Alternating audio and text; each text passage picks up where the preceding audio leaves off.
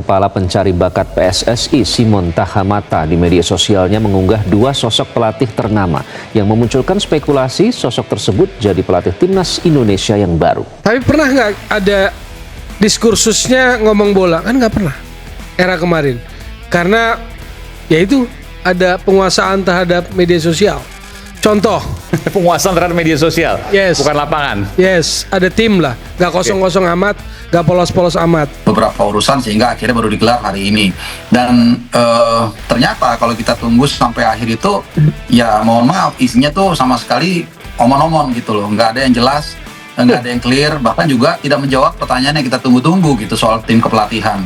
Malah ini lebih kepada straight news aja gitu, memberitahukan bahwa nanti FIFA Matchday itu nggak ada, hanya diisi untuk U23 ya, persiapan untuk SEA Games, dan kemudian juga Coach Nova nanti kalau saya nggak salah ya akan menangani U20. Patrick Kluivert tahu beban, tahu ekspektasi itu nggak tahu.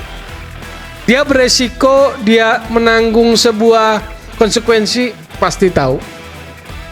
Tapi saya lihat itu tadi yang seperti teman-teman supporter bilang, kalau momentumnya ada, ambillah kalau mungkin kan. Maka ini adalah dalam proses sedang mengambil momentum nih. Dan beberapa informasi yang absurd, misalnya soal informasi Louis van Gaal ya, itu kan seolah-olah dia mengatakan dari media kita, padahal itu kan diawali dari media di Eropa, kalau nggak salah Vitor Catalina ya, jurnalis dari Spanyol. Jadi jujur kalau buat saya itu adalah satu jam yang saya nggak tahu apa yang saya dengarkan. Artinya dalam sudut pandang saya sebagai pengamat, at all cost akan diambil. Karena momentum itu nggak pernah datang dua kali. Secara di atas kertas, PSSI mungkin menulis 30 deh. Kita rasanya pantas ngomong Piala Dunia. Erick Thohir pendekatan ulang dengan stakeholder dan buka jejaring internasional setelah timnas Indonesia putus kontrak Patrick Kluivert. Argentina sebut Malaysia iri dengan naturalisasi Indonesia tapi keblinger dan salah jalan.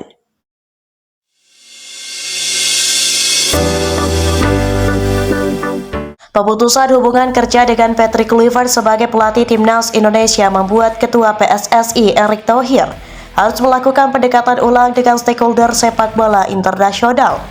Bagaimana tidak, Erick Thohir yang selalu membangga-banggakan Kluivert malah memutus kontrak arsitek asal Belanda itu, meski baru menangani timnas Indonesia selama 9 bulan.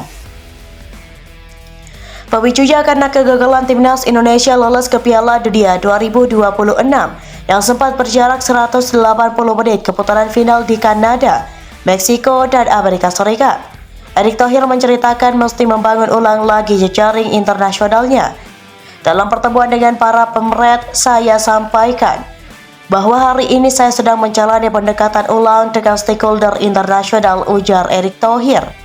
Bukan bangsa yang kejam dan diskriminatif.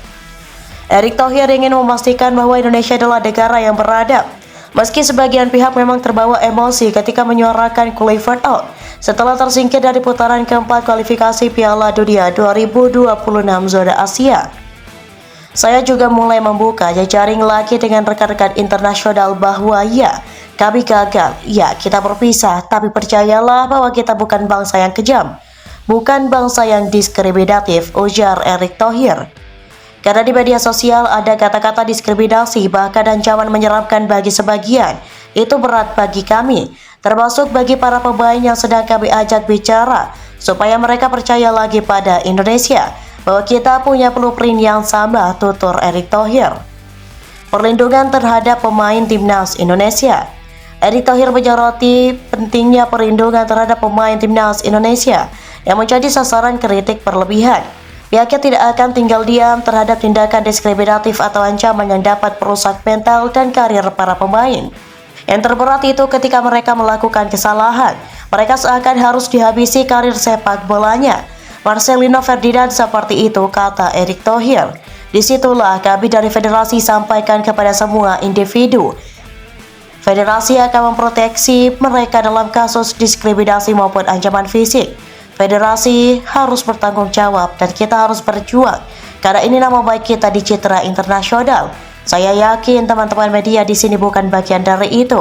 Karena saya yakin kalian punya check and balance. Bukan media yang masuk kategori penyebar hoax, katanya lagi.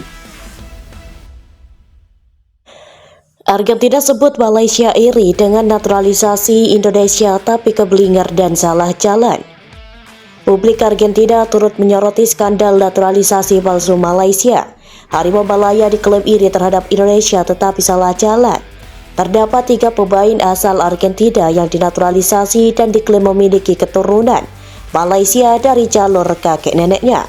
Ketiga pemain tersebut diantaranya Facundo Garces, Imanol Bachuca, dan Rodrigo Holgado, semuanya kena sanksi FIFA.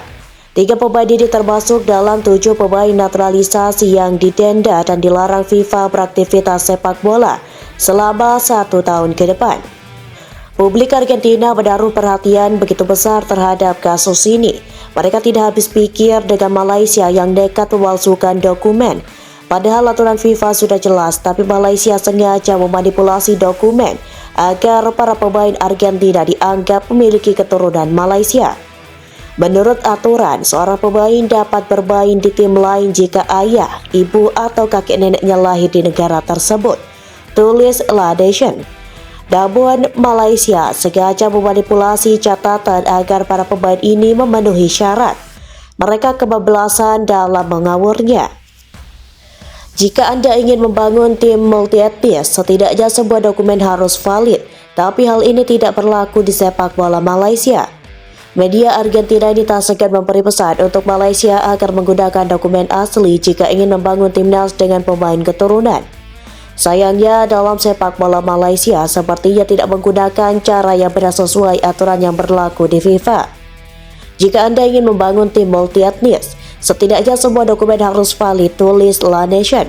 Hal ini tidak berlaku di sepak bola Malaysia. Mereka menaturalisasi secara serampangan, bahkan sampai 10 pemain, termasuk pemain dari Barbados, Spanyol, Belanda, Australia, Brasil, Belgia, Finlandia, dan Argentina.